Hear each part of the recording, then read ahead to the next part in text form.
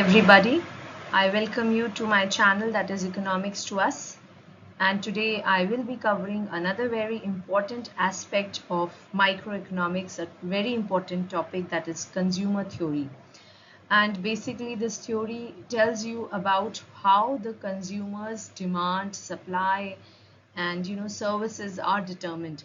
What are the factors behind the consumer being decisive about his consumption pattern, even the purchasing pattern, the distribution pattern. He is a service provider also, so how does he provide services, or what all basis is his demand, and other important aspects related to a consumers are determined, and how with a limited income he is able to fulfill all his desires and needs. Now the thing that we will cover today in this consumer theory is about budget, and how does a consumer optimally utilize his income or his earnings, and what are the ways in which he reaches or decides that this particular consumption pattern will be favorable for me. First topic that we will be doing is consumer budget. So basically budget, as we all know in a layman's language, budget is basically, it's a kind of a constraint for a consumer, that and for the economy as well, because we keep on hearing this word, that because we get the economic budget at the national level every year by our finance minister. So consumer budget is basically now it's focused upon a particular consumer. It is not for the whole economy. I am talking about, since it's microeconomics, as I have told you in the past videos also, microeconomics deals with individual consumer. So here basically it's the individual budget or the consumer budget that I will be telling you today.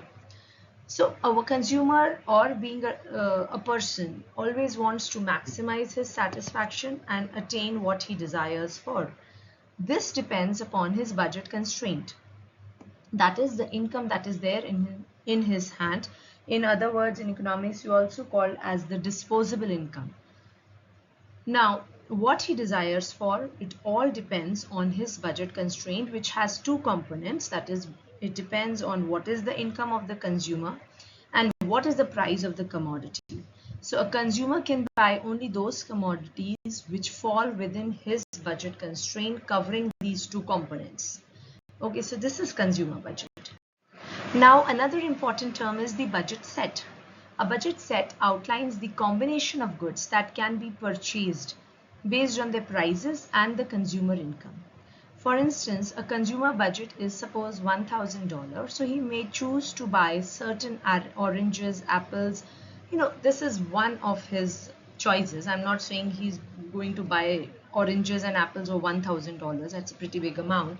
So obviously he will just choose this bundle, and he want to divide his choices between the two commodities.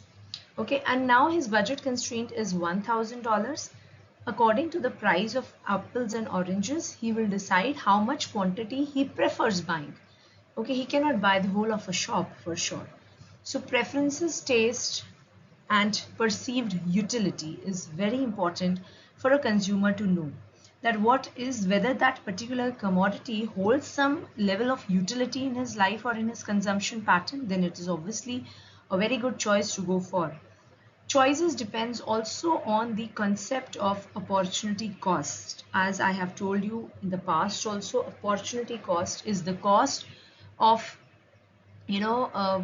foregoing a consumption for an alternative commodity, for buying an alternative commodities. Now supposedly it's apples and oranges here. So suppose I have to buy oranges, so I have to forego some level of apples consumption and save that money to buy oranges in return. So this is the opportunity cost. Now opportunity cost associated here is the cost of foregoing the apple consumption. So this will be the opportunity cost. It's very important to know what is your opportunity cost, which is a very big decisive factor for a consumer, because if the opportunity cost is very high for foregoing a particular commodity, then it is always good not to forego that commodity for the other alternative. So it depends on opportunity cost, what you are going to buy. Fourthly, marginal utility or additional satisfaction which is gained from consuming one unit of good is a very, very important determining factor. What level of utility do you derive? That depends on this. So level of utility is always has to be higher, then only you're going to forego your consumption of apples to buy that oranges, because obviously it would be very less in your basket of commodities. So you will prefer, or the level of satisfaction that oranges will give you, because they are lesser in your basket, will always be very high. So these are certain factors on which a consumer decides upon his consumption pattern, his budget sets, that is prices, preferences, opportunity cost, and marginal utility. Now, budget line is a combination of quantities of commodity with their prices. So budget line, budget set, these are all, I'm going one by one on being broader in my topics, conceptualizing my topic. So budget line is the next topic, which is very important, for a consumer to determine where his optimal level is actually of consuming a commodity. So budget line is basically price of X into QX, that is the quantity of X commodity, plus price of Y into quantity of Y commodity. If you total it up, then you get your M, that is the money income. That's the consumer's income. Now, I am just for very easy understanding, I have restricted the number of commodities to two commodities, that is X and Y. And similarly, I have shown it in the graph also. And these X and Y are basically oranges and apples for me. Oranges are on the X-axis and apples are on the Y-axis. And you can see that this is just a graphical representation of the budget line, what the equation which I have shown you here. So a budget line is basically a straight line which slopes downwards. It indicates the trade-off that is there between two goods. As I told you, for consuming, supposedly you are consuming 10 units of apples and oranges. Now your marginal utility or your satisfaction level which you can derive on a higher side is more from oranges. So now you have to forego some level of apples from say 10 to 8 to gain that 1 unit of orange from 10 to 11. So this is what a trade-off is, that you have to forego some level of apples to get an additional unit of oranges. That is why this trade-off word is used here. Now, what are the intercepts of this line? Now, on the y-axis at point A, the intercept is m upon py, which indicates that we are not consuming any oranges and the whole of the income is utilized for buying apples only. So the intercept m upon py, and on the O point it is m upon px, which is basically the maximum points where you are neither in both the axes, wherever the budget line is touching the axis, it shows this intercept that the other consumption of the other product is 0. Okay, now we come to the slope of budget line, that is px upon py. So px upon py is basically determined is equal to the change in quantity of oranges upon change in quantity of apples. That is, as I just told you, from 10 to 8 apples and from 10 to 11. So change in quantity in apples is 2 and in oranges it is 1. So this represents the rate at which the consumer can trade one good for the other, maintaining the same level of expenditure, because this M, which is the consumer income, is the constraint. Now there can be changes in the budget line for sure. The first point is that supposedly there is increase in income. Now every year it happens, the consumers gets increment in their salaries, or they receive other benefits of like in the form of DA, dearness allowance, the subsidies and all, so their income increases. Now with the increase in income, there will be a parallel shift which is outside the old budgets line. As I've shown here, BL is the old budget line. Now since the income has increased, so the consumer's budget line will shift parallelly, that is to BLI, that is outside towards the right. Okay, whereas the price of the commodities X and Y, that is apples and oranges, will remain the same, or any commodity. I'm just taking it for your understanding, better understanding, but it can be anything. So this is what it is. And here you can see that this intercepts concept at BLI point in respect to X commodity, it is M dash, that is the new income, increased income, upon PX. PX is remaining same, which is similar to what it was in the old budget line. Similarly, the Y intercept is M dash upon PY. M dash is the new income, but the price of Y is same. And suppose there is a decrease in income, so the vice versa situation will happen, that is your budget line will shift inward, that is towards the left, and that is BLD, that is the decrease in income. So here the intercepts will change accordingly, that is with respect to X commodity it will be M double dash upon PX since the price is remaining same, and the new income levels will be M double dash. Similarly for Y commodity it will be M double dash upon PY. So this is how there are changes in the budget line, rather a shift in the budget line occurs. Now the earlier slide was showing one case where it was changes in the income, consumers' income level. So there was a parallel shift, the complete shift occurs in the budget line.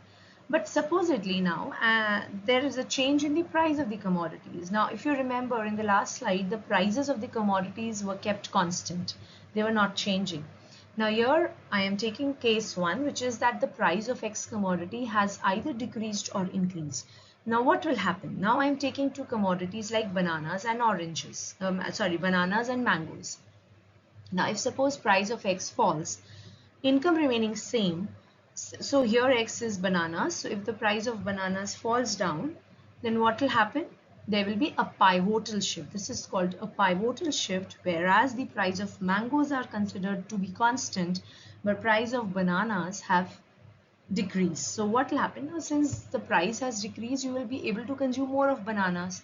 So your commodity will surely, there will be a shift towards more consumption of bananas, and you have shifted as there is a pivotal shift, that is same point on mangoes but a higher point on bananas. Okay, so that shift will be there, and vice versa. If there will be decrease in the prices, then the pivotal shift will be inward for the budget line. Similarly, the price of Y commodity has increased and decreased. So what will happen is that price of bananas are same, so there will be a outward shift in mangoes. From the same point on bananas, there will be a new budget line being constructed on mangoes axis, and you will find another higher consumption of mangoes. So this is a pivotal shift which happens according to increase and decrease of prices. Now we come to another very important point, is what I started with. How can a consumer decide about his optimal choice? What are the ways? So I told you it's about depending upon factors like income, prices, and later on I also told you about marginal utility, opportunity cost, all these things. So now here, just for your reference, because there is a very important concept, that is indifference curve, which I'll be taking up in my next lecture, and that is another important factor which is important for you to understand for knowing about the optimal choices. But the budget is another aspect. So budget and indifference curve together are combined for a consumer to determine his optimal choice. So the budget set consists of all bundles that are available to the consumer, and the consumer can choose her consumption bundle from the budget set. So MRS is the slope of indifference curve, that we'll do it later, but the slope of budget line is PX upon PY, which I just explained to you. So basically the assumptions in this case is that consumer demand according to the preferences and bundles which are available in the budget set. Secondly, consumer choose bundles by comparing which bundle gives him maximum satisfaction and he is indifferent among them. And thirdly, optimal combination is actually the point of intersection between the indifference curve and the budget line. So these are few points, which are very important to know how an optimal choice of consumer is attained.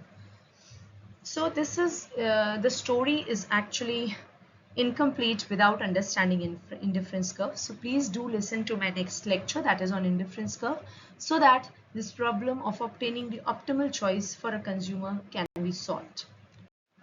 So thank you so much for your patience and understanding. I hope I was able to explain to you this topic well. Thank you so much, and do follow my website and channel. Thank you so much.